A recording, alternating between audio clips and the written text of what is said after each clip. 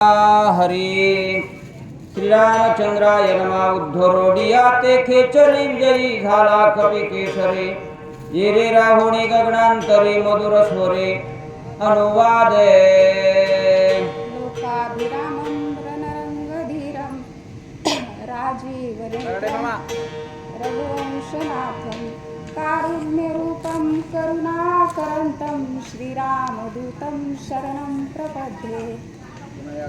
अतिशय पवित्र पावन कथा श्री भावार्थ रामायण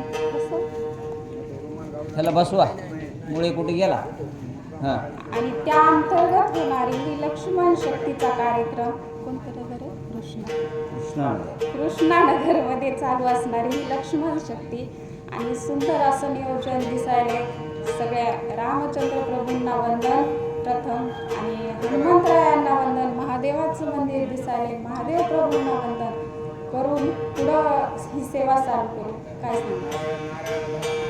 तुझी उपकारा हनुमंता कायम्या उतरावी व्हावे आता काही विनवीत तत्वता सावधानता परिसाव्या। आताच आपण पाहिलं मागच्या अध्यायामध्ये हनुमंतरायांनी काय केले, उद्धार केला त्या विद्युत मालिनीचा मगर असणाऱ्या विद्युत मालिनीचा उद्धार केल्याच्या नंतर ती मात्र काय करू लागली, हनुमंतरायांना विनंती करू लागली किंवा त्यांचा काय म्हणू लागली, तुम्ही माझा उद्धार केलाय हनुमंतराया, काय उत्तर आई हो म्हणली। तसं संतांनी आपल्यावर किती उपकार केले, मग त्यांच्या कितीतरी आपल्याला काय केले, आशीर्वाद दिले, त्याच्यातून कसं उत्तर येईल व्हावं हे आपण ठरवायचंय। तो आदट्ट दाटू गावी रहोसी कळी काळाते दृष्टी नानीसी त्यावी वरी रामस्मरणेसी अहर्णसे दुल्लत आशीर्वाद देऊ लागली कुणाला, हनुमंतरायाला आशीर्वादाची गरज आहे का हो? अजिबात नाही, पण आशीर्वाद देऊ लागली कारण तिचा उद्धार झाला त्यामुळे म्हणू लागली, हनुमंता ऐक, तू एक आदट दाटुका वीर होशील आणि त्यास महत्वाचं तू नेहमी रामनामामध्ये डुलत असतोस, रामनाम घेतोस, त्यांच्या सेवेत असतोस। मग आपण काय करावे, आपणही रामनाम घ्यावं ना। इथं आता मंडपात पूर्ण मंडप भरलेलाच असला पाहिजे। लक्ष्मण शक्ती काही साधी आहे का? आमचं रामनाम साध आहे का? रामायण साध आहे का? रामायणाचं काय महत्व आहे हे रामनाम दररोज रामायण ऐकणाऱ्यांना माहित असते। राम नाम स्मरणा पुढे विघ्न काय सेवा पुढे आश्चर्य देखील वाढे कोडे तुझ पुढे सांगेन। अरे रामनामा पुढे कुठलंही विघ्न राहत नाही म्हणले, 12 वाटा पळती विघ्ने एवढं रामनाम काय मोठं आहे। त्यामुळं हे हनुमंता तू एवढा मोठा होशील, तुला विजय प्राप्त होईल अशा प्रकारे आशीर्वाद देऊ लागली विद्युत मालिनी। काय करती, काय पुढे बोलती ऐकूया। तू भावार्थी श्रीराम भक्त नेनसी कपटाची मात निष्कपट तू कपेनाथ राम देखता सर्वत्र। अरे तू भावार्थी भक्त आहेस मोठा, तू रामनामामध्ये सदा डुलत असतोस, रामनाम घेतोस, रामायणाची सेवा करतोस, त्यामुळं तू मात्र काय, तुला जरी कपट पुढे आलं तरी निष्कपट होशील अशा प्रकारे तुला कुठलंही कपट बाधणार नाही अशा प्रकारे आशीर्वाद देऊ लागली ती विद्युत मालिनी। विनवित असे मी तुझ प्रति सावध ऐके कपीपती केवळ कपटाची कपट मूर्ते तो हा राक्षस चित्ते मानावा। सांगू लागली विद्युत मालिनी, तू ज्याच्या आश्रमामध्ये आलास तो काळ नेहमी तू काय कपट मूर्ती आहे, कपट करायला आलेला आहे, तुला मारायला आलेले, त्यामुळं तू त्याला साधू मानू नकोस अशा प्रकारे। खरं तर हनुमंतरायाला किंवा संतापुढे कुठलंही कपट राहत नाही म्हटले। तू रामाचा निज भक्त स्वामी कार्या लागी उद्युक्ता ती संकटी दुर्पंथ क्रमोणी येथ आलासे। अरे रामाचा निज भक्त आहेस तू, एवढे संकट पार करून इथपर्यंत आलेला आहेस, त्यामुळं तुला कपट तू त्या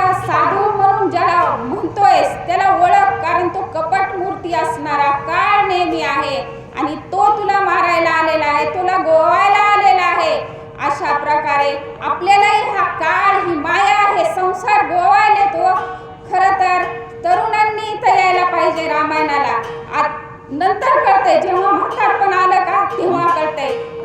कबीर महाराज म्हणते काय, तुमच्या इथं तरी एवढे जण आहेत, आमच्या इथं यज्ञभूमीमध्ये 12 वाजेपर्यंत 2च माणसं होते, वाचक आणि सूचक. तुमच्या तरी खरंच तुम्हाला वंदन आहे, अजूनही येतील. ज्यासे म्हणते परम साधू तो जाण हा कपटी महामेंदू जाण राक्षस दुर्बुद्ध तुझ छळवाद करू आला. तुला छळण करायला आलाय, तू ज्याला साधू म्हणतोयस तो महामेंदू असणारा, कपट मूर्ती असणारा काळ नेमी आहे. आणि खरं तर त्यांना हनुमंतरायाला कधी कपट चलतच नाही. का तर सांगितले, माऊली म्हणतात, जरी अपथ्य शिळा व्याधी कळे साधूसी दुर्जनाची बुद्धी. बरोबर आहे का? तसं साधूला कपट कळतेच किंवा देव त्याच्यावर ती वेळ येऊच देत नाही. अशा प्रकारे विद्युत मालिनीच्या रूपानं का होईना हनुमंतरायाला काय होतं तर कधी कुणाविषयी कधीच कपट दिसत नव्हतं.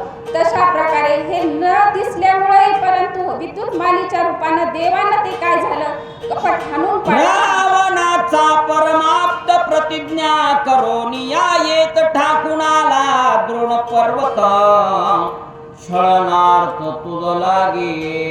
खरं तर रावणाचा परमाप्त असणारा हा काळ नेहमी तुला ठकवायला आलेला आहे, तुला मारण्यासाठी आलेला आहे, तुला गोवण्यासाठी इथं आलेला आहे. तू मात्र हनुमंता त्याला साधू म्हणू नकोस. अशा प्रकारे विद्युत मालिनी हनुमंतरायाला सांग, हा काळ नेमी राक्षस ब्राह्मण रूपे तापस धरोणी आला, तापस वेशाती दुर्घर्ष महापापे. अतिशय महापापी असणारा हा तापस वेश धरून आलेला, हा साधू म्हणून आलेला, जटा वाढून आलेला आहे. परंतु तू ह्याला साधू म्हणू नकोस, कारण रावणाने पाठवलेला आहे. अशा प्रकारे म्हणू लागली. झाले याचा विश्वास धरिसी छळन करी लक्षणार्दिसी छळपद छद्मे याची मिरासे बहु मायेसी जाणतो. सगळ्या माया जाणणारा तो कोण आहे, काळनेमी आहे. त्यामुळं तू ह्याला काय कर, ह्याला मार. हे कपट राशी असणारा, कपट मूर्ती असणारा काळनेमी आहे, ह्याला साधू म्हणू नको. अशा प्रकारे विद्युत मालिनी हनुमंतरायाला सांग, जव उदयाये शुभानु तव गोवावा कपिनंदनो का मारावा शिंतरोनो ऐसा पण करोनी आला. पण करून आलाय, जोपर्यंत काय येईल तर उदयाला येणार नाही. सूर्य उदयाच्या येण्याच्या आधी तुला इथं गोवायचंय आणि त्यानंतर कपटानं तुला मारायचंय. ह्याच्यासाठी हा काय आलेला आहे, रावणाने धाडलेला महामेंदू असणारा, कपट मूर्ती असणारा काळ नेहमी आहे. पण हे हनुमंता तू त्याला ओळख. अशा प्रकारे विद्युत मालिनी सांग, सत्य मानी माझे वचन वदी महापापी दुर्जन न मारिता करील विघ्न सत्यदान कपिनाथा. अरे कपिनाथा, हे कपिनाथा, माझं वचन सत्य मान. कारण तुला हे जरी सत्य वाटत असलं तरी हे असत्य आहे आणि हा तुला गोवायला आलेला आहे, त्याला तू मार. अशा प्रकारे विद्युत मालिनी परत सांगते. ऐसे बोलोनी सुंदरी गेली अंतरिक्ष गगनांतरी चाकाटला तो अंतरी कपी केसर्याती विस्मेता. हनुमंतरायाला चाकाटले, म्हटले तिचा तो उद्धार झाला, ती गेली गगनामध्ये उसळून गेली. परंतु विद्युत मालिनी गेल्याच्या नंतर मात्र हनुमंतराय विचार करतात. काय विचार करतात, घेरी असता स्वर्गांगणाश्चर्य वर्तले कपिनंदना विचारा धरिला निगमना दुष्ट हनना लागोने. त्यावेळेस विचार करू लागले, म्हणले ह्या दुष्टाचं हनन केलं पाहिजे, दुष्टाचं हनन केलंच पाहिजे. तसं अशा प्रकारे हनुमंतराय कसं हनन करतात ते आपण ऐकूया. पुन्हा ऐकू. पुंडलिकावरती विठ्ठल श्री ज्ञानदेव भगवान की जय.